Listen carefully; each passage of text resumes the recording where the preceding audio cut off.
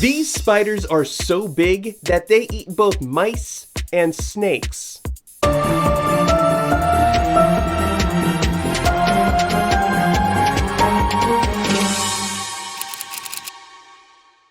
Hi, my name is Jeff and thank you for watching Animal Files. Now I say we get right into the nitty gritty and answer the one question most people ask about these spiders. How deadly is a bite from a tarantula? Well, a tarantula's venomous bite isn't actually that bad. For humans, it's like a small bee sting, and even looks like one. However, they do have a stronger defense against bigger creatures like us humans.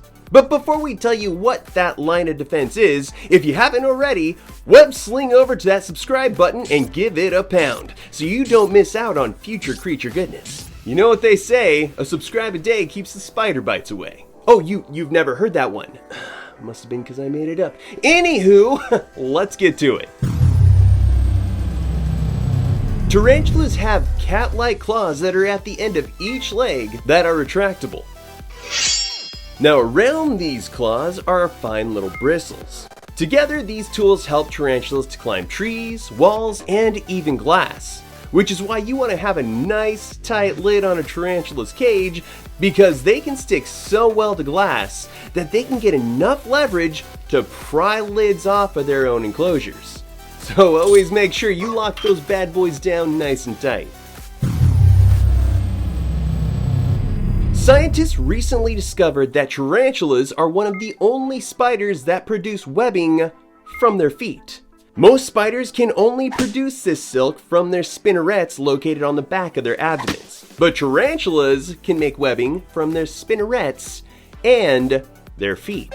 So unless Spider-Man was bitten by a radioactive tarantula, he's got a little explaining to do. Spider-Man, he has the powers of a spider. Climbs walls, shoots webs. Yeah, bingo. Out of his butt? No. Oh, wow.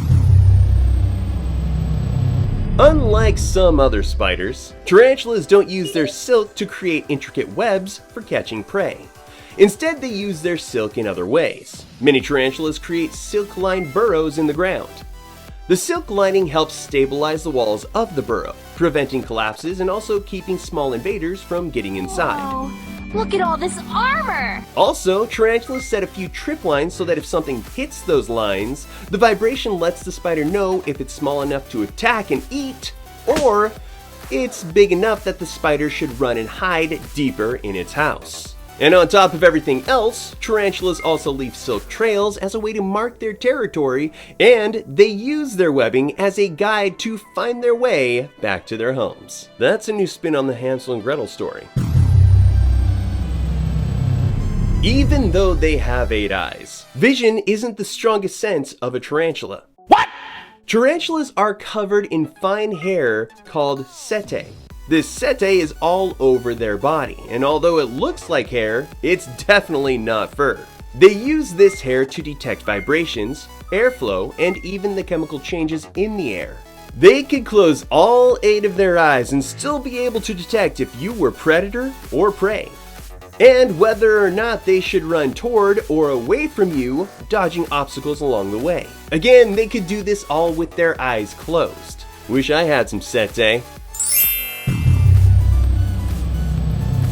A tarantula's main menu consists mostly of insects, such as grasshoppers, beetles, other small spiders, and even small lizards. That's not a surprise, seeing how when spread out, they are around 11 inches long from furry foot to furry foot.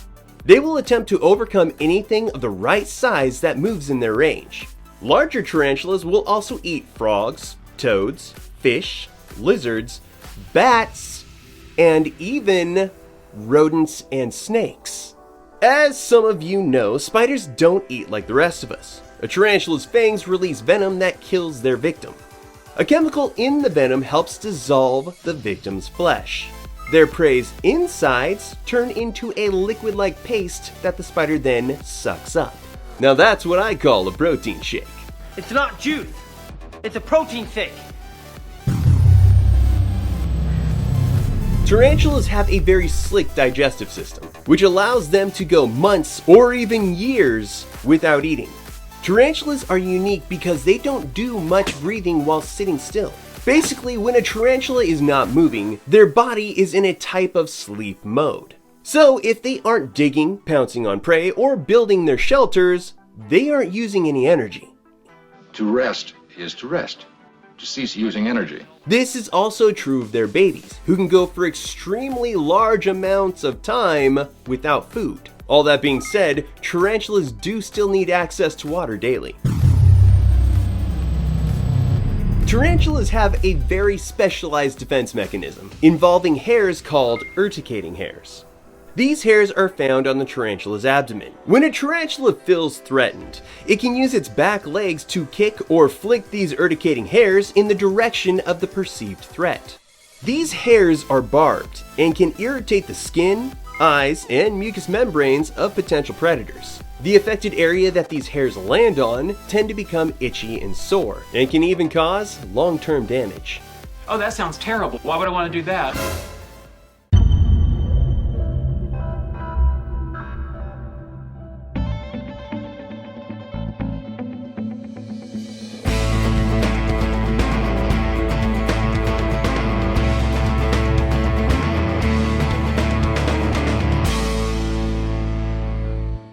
And there you have it. Now you know what we know. And knowing is half the battle. Now, I know that many people have these creatures as pets. But the real question is, would you like to own one as a pet? Or would your arachnophobia kinda go into overdrive? Let us know in the comments below. Don't forget to hit like and subscribe, as well as share this show with your family and friends, because that lets YouTube know that this show is worth sharing with others. Thank you for watching, and we'll see you all next time.